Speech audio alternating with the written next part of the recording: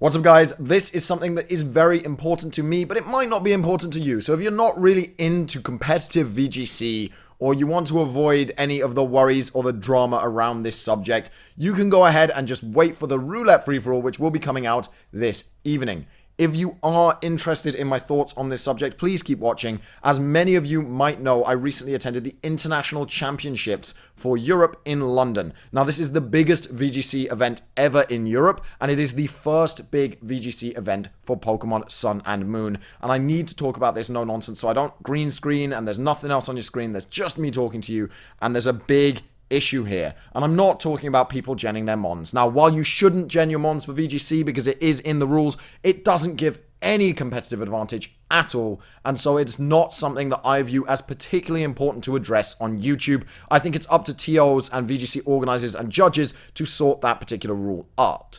This issue is a little bit more extreme. The way they changed battle boxes in Sun and Moon now means that the Pokemon never leaves your box when you put it into your battle team, which is awesome if you're playing casually, but when it comes to playing in an official tournament where your battle box is locked, there is a big issue, and that issue is that you can edit the mons in your box and it will change the Pokemon in your battle box and therefore the Pokemon in your locked battle box for the tournament. And that means you can change EVs, IVs, spreads, moves between matches. That is a huge competitive advantage. Oh, this particular thing isn't working out in this meta, I'll just change it. Now, the response of tournament organizers to this was not the best response they could have had. I believe that there are better ways to have sorted this out, but they responded by using the VG commentator team sheets as an official team sheet, even though when we signed them and filled them in, we were told they were just for the commentators, and so people took a little less care over them as they might have for a regional that wasn't Battle Locks, for example, where the team sheets were a lot more important.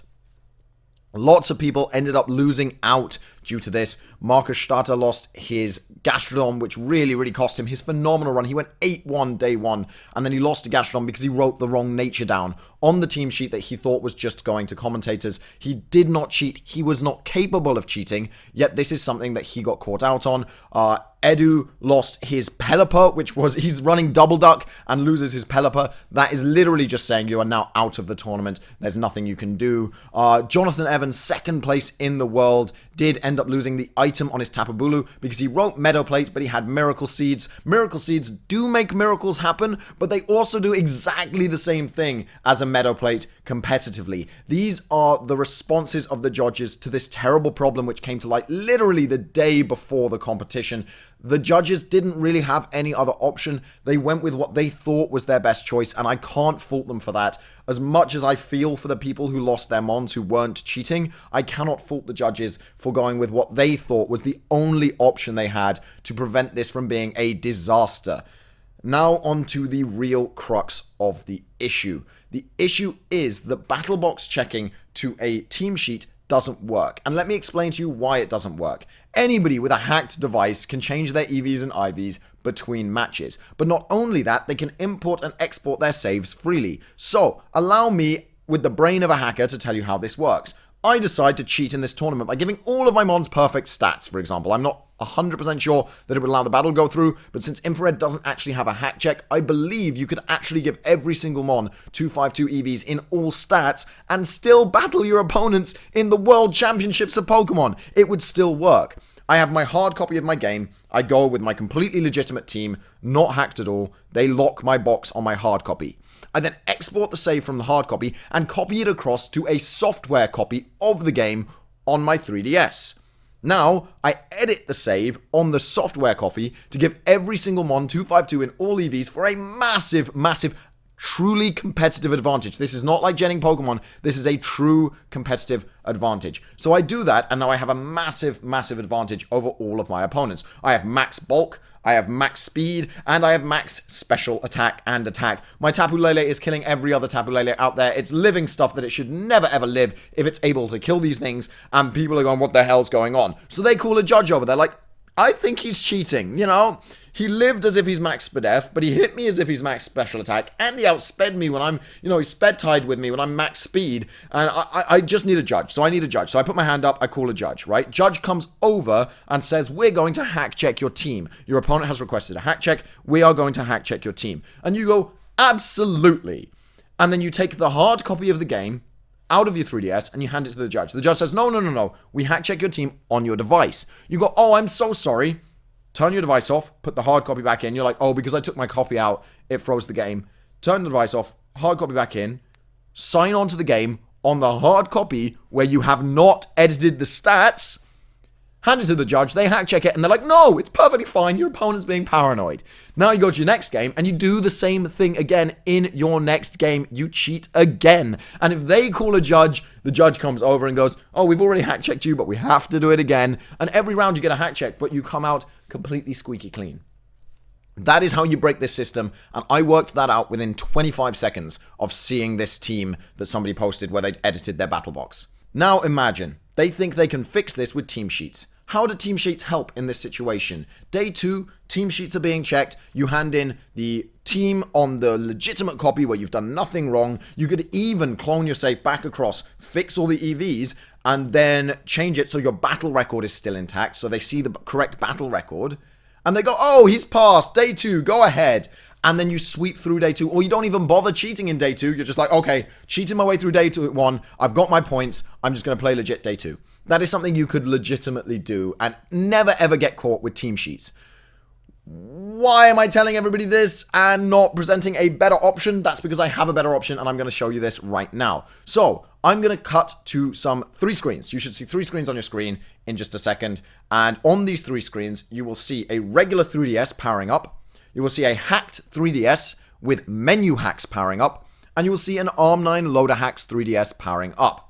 Now, if you're watching this, you can see that the hacked 3DS with menu hacks is very, very obviously hacked. That would be an instant ban from the tournament right there on that menu hacks 3DS. All they need to do is power cycle that 3DS. So when you go to hack check, they will power cycle every 3DS, and any 3DS that boots up like this gets banned, gone, out of the tournament. You are completely disqualified. You are running a hacked device at an official tournament that could give you this kind of advantage. Right? Onto the ARM9 Loader Hacks. Now, if you watch the regular 3DS booting and the ARM9 Loader Hacks 3DS booting, you will see that they booted in exactly the same way. So that is pass number 1. They've passed test 1. Test 2, you hold select on boot. So they power cycle it again and hold select down and boot it up. ARM9 Loader Hacks, when holding select on boot with Luma, will give you this. Very obviously hacked, very obviously a hacked device. Ban, right there. Instant ban. Banned from the tournament, disqualified, gone. Do not bring hacked devices to your tournaments. Come on, guys. It's so simple. All right? It's so simple. You should not allow hacked devices. This is how you check for hacked devices. The judges could have done this at the tournament and absolutely caught every real cheat, and Marcus wouldn't have lost his Gastrodon. Edu wouldn't have lost his Pelipper. They could have left that poor Miracle Seed Tapu Bulu. He just wanted to make miracles happen. Jonathan Evans could have kept his Miracle Seed. It would have made the tournament a lot smoother and a lot more fair on the legitimate players who just wrote down their team sheets wrong because they thought they were just for the commentary staff. Somebody lost to Gyarados because they wrote Protect twice. How could you even cheat with Protect twice? How does that help you at all? Protect twice on one mon. There's no competitive advantage to that at all. But he had his Gyarados taken away because he wrote Protect twice on his team sheet. It's heartbreaking. This is really simple, but there are ways around it. There are custom firmwares that would not show up. I think the last check that they'd need to do is go into settings, and if it says ver, then it is a legitimate version, and if it says sys or mu, then it is not. Obviously, there are ways around this, but this would catch the vast majority of Pokemon players who are cheating. Anybody who is advanced enough to make their own custom firmware for ARM9 Loader Hacks probably is good enough at coding that they would be able to make an undetectable version no matter what checks we put in place. Even if they were using team sheets and a new battle box, the best way to deal with this would obviously be a patch from the Pokemon Company preventing the editing of battle boxes, but I don't see that coming into the game anytime soon. I do not see Game Freak implementing that anytime soon. So I think for now, my way, the Duncan hack check method, is the best way to check and disqualify players for using illegal software on their 3DS that could lead to a competitive advantage of this kind. Obviously, there were other competitive issues at the tournament. There were people screen peeking one of the very, very highly ranked players in the tournament, not naming any other names, was 5 or 6 people complained about him screen peeking, and he actually even got an official warning from a judge for screen peeking. Screen peeking, it should be an instant disqualification. If you are caught screen peeking, as in a judge says, yes, he was screen peeking, that should be disqualification from the tournament, in my opinion. But this was the big issue, in my eyes, in this tournament, was this huge BattleBox hacking issue.